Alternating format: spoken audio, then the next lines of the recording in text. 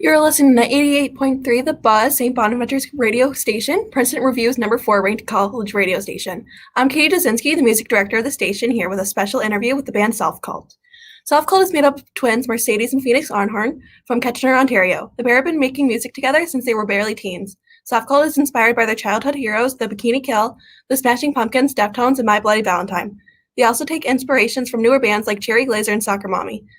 Softcult is a fiercely modern group working towards a better future. Without further ado, I'd like to welcome Phoenix and Mercedes of Softcult to the WSBU The Buzz.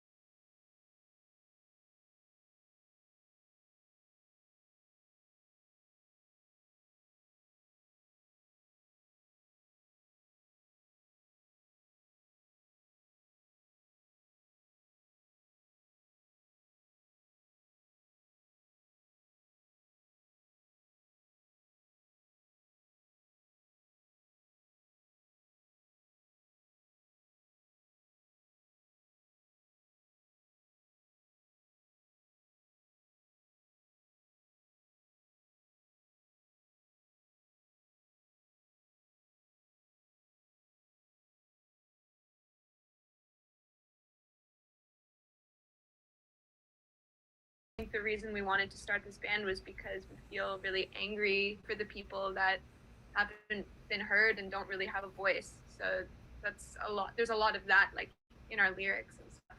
You guys had Courage My Love for a really long time. Why start over?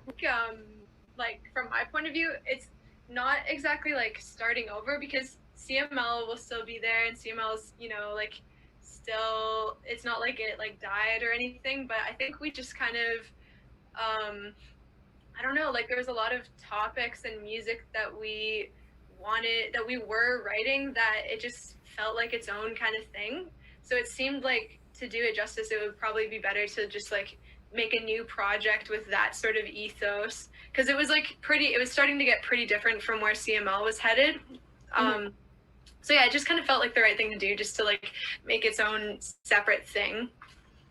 So Softcult, it's a very new sound from you guys, and your latest releases, we got Another Bitch and then Uzumaki, which are really real and honest songs that speak to the real experience of what it's like to be a woman and what it's like to really just live in these times. Why do you think it's important to have these conversations through your music? That's a good question. I just, I think the only way for things to change is if people talk about them and if we have real open conversations. Like unfortunately what can sometimes happen when we do have conversations like this is it can devolve into just like finger pointing and arguing, and no one's really seeing things from each other's sides, so it ends up just becoming more divided. It's a really great mediator for things because, and just art in general is awesome for that, because you can show a point of view or like your feelings come across in a certain way through the art, and people relate to it for a lot of different reasons. So we chose to write about topics like, domestic abuse and misogyny and stuff like that, to highlight it, not just for the people that we think are, suffering, but also for people that maybe need to hear it and hear what it's like from that perspective. And hopefully they'll be able to relate to it, and then they'll be sort of have the passion to speak up about it too, and really change things. How has the pandemic affected your music? It's funny. I'm sure like a lot of artists right now probably are saying the same thing, but I think like the biggest change is obviously the live element, but on the other hand, it's actually given us a lot more time to like record at home, write. So it's not all negative. And yeah, it's given us like a lot of time that we wouldn't normally have just to like reflect on, what we want to say and kind of how we want to present things. So it's been negative in some ways, but in other ways it hasn't been so negative. It's been kind of positive. How do you think it's changed how you connect with fans during this time? That's a really good question. It's like, because we're not playing shows, like the last show we played was in the middle of March, and then things kind of shut down everywhere and we had to come home. So we're used to like meeting people at shows, hanging out at the merch table, maybe like, you know, grabbing a bite to eat or a drink or something after, and really connecting that way. And now that's not a thing that can happen for a while. So at first we were sort of in shock, and we were kind of like, well, I'm not ready to give up like shows and stuff just yet. And this is when we thought the whole thing would blow over in like a month or two. So we were doing a lot of live like Instagram performances, just like acoustic stuff, and kind of trying to reach out that way. And now we've been using social media to hopefully reach new people and to connect with our existing fans. And I will say, as much as like sometimes social media irks me, the one amazing thing about it and about us going through this crazy time right now is we have the means to reach out to people from all over the world. And, you know, we're on a Zoom call right now, and I feel very grateful for that, because it has sort of opened my eyes to the value in that and keeping up with people in a more real way. Like, I think our conversations are a lot more meaningful now because we're not distracted by so much other stuff in our lives. So yeah, I would just say like we think about our fans all the time, and we can't wait to play shows again, but we definitely are excited to, you know, hang out with people online as much as possible. What do you guys think you guys would be doing if you didn't have music and if you weren't in the music industry? Oh man, that's a tough one. I'd like to think I'd still be doing something artistic, like maybe more like visual art or something like that. But it's like, that's such a hard question to answer, because honestly, like, it's hard to imagine myself doing something else. I'm really not good at much else, so it's kind of like all I got, you know. But visual art, like your zine making skills are pretty top notch. Yeah, maybe I'd do some sort of like visual art, or like get more into that kind of thing, or like writing or something. It would still be like somewhat artsy fartsy, I'd like to think. But yeah. There's only 2 jobs outside of making music that really interest me. So one, I would love to be a director. So now I've been like, you know, directing all of our music videos and filming a lot of them myself too, and just sort of starting to get into that. And that's been a really cool journey. And if I wasn't directing videos for some reason, then maybe counseling could be a cool thing to do, because I do feel like being in a band is sort of a little bit of that. Like, you're an artist or trying to be an artist, but then you have this like really close bond with fans, and they share personal stories and stuff like that. So one of those 2 things.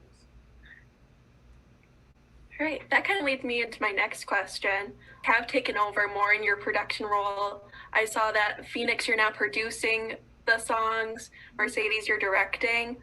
What kind of like motivated your decision to move away from like a third party? That came kind of before Softcult. Like, truthfully, we were always kind of wanting to get more into like doing things ourselves and being more DIY. And then when we split with our old label, there was just a lot of feelings of like, I don't know, like not to I don't know, get into that, but I guess like a big part of it was us feeling like we weren't really putting out the art that we wanted to, and not really using our voices the way we wanted to. So I think that was a big push in like motivating us to maybe take on those roles more. And yeah, that's the thing, I guess, like when you start doing that stuff yourself, you really are in control of how things look and how things sound, for better or worse. So at least like if there's anything, you know, that is maybe a mistake or something that, you know, could be better, at least we blame ourselves instead of blaming other people. So that's kind of something that I think it was good for our creative process. Like, I do think when we're writing songs and stuff, there's just so much more that goes into a song behind the scenes than people realize. Like, the production is a huge part of how the song comes across, and having the right producer or the right mixer or whatever can be kind of a struggle sometimes if you hear something clearly in your head and you're not able to execute it because someone else has a different vision.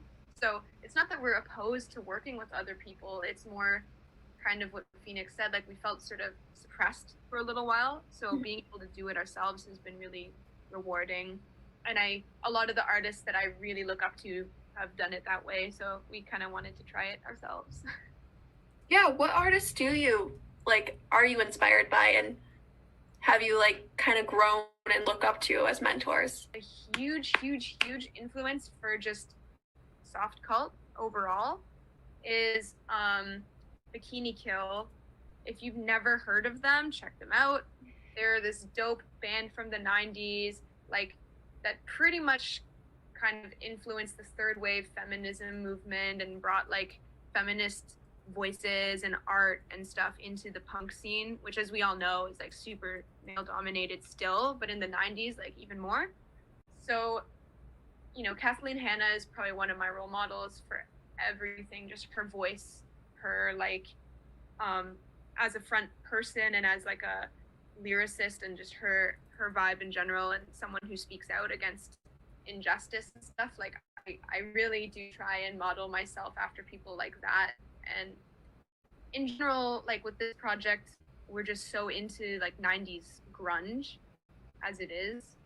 So I know Phoenix is super influenced by 9 Inch Nails and with her Pride. Yeah. Lots of, it's funny, a lot of the Pride, I guess, that influences me is My Bloody Valentine and Smashing Pumpkins and Slow Dive and stuff. And it's funny because that's all stuff that it's from the 90s and it's older, but I never really got into it until maybe a few years ago. And yeah, I don't know, just I think there's something really cool about the way that whole grunge shoegaze kind of movement uses distortion and fuzz, but also delay and verb, and makes something really aggressive sound kind of dreamy at the same time. And yeah, I think in our music, people have said that our voices aren't super aggressive, they're pretty chill and soft, but then Sids obviously can shred guitar and is into the heavier tones. So to me, it just speaks to me because I feel it's I don't know, it's almost, yeah, it's the perfect style, really. You get the best of both worlds. So you guys have a new EP coming out in April. Do you want to talk about it a little bit? What are we gonna expect from it? Hell yeah! So it's called Year of the Rat, and there are 5 songs on the EP. They're all sort of if you liked Another Bish, you're gonna like these ones. They vary a lot from the only thing I think that is similar about them is they all write about issues that we think are really important. So whether it's misogyny, domestic abuse, depression, or just gender roles and double standards, stuff like that, objectification, we're trying to use our platform to raise awareness of things and talk about it in a way that hopefully will kind of light a fire under everybody and change things. And we called it Year of the Rat because, well, actually 2020 was the Year of the Rat. It was we were really pissed off just kind of seeing some of the atrocities that was happening all over the world with different world leaders and dictators, and especially in the USA, everything kind of hit the fan. So we were pissed off in general about that, and just I think coronavirus kind of showed us all that capitalism doesn't really work for everyone. It only works for a very select few. So we were kind of imagining rats in business suits kind of running the world and just looking after their own, select few, and letting all the other rats get torn apart. And that's kind of where the inspiration came from. That's the problem, I guess, like that we see with capitalism as it is now, is that like it is kind of a rat race, and like even during a pandemic and like a global crisis, people are expected to work and, you know, put themselves at risk. And you know, a lot of the time governments will put more importance on the economy than on human lives and health. So I think that was kind of something that just shone a light that, like, you know, our society today really is kind of like a rat race, and we need to figure out a better way how to change things and make it, you know, easier and better for everyone. You could have your fans remember just one thing about you guys, either you guys as people or your music, what would it be? Whoa. I think, like, for me, I don't know if it's something like, I want this to be something that people associate with me and our music, but I just think empathy is like one of the most important attributes you could probably have. And I think you need empathy as an artist, just as a person in general. It's always important to like use empathy and your care and concern for others in a positive way.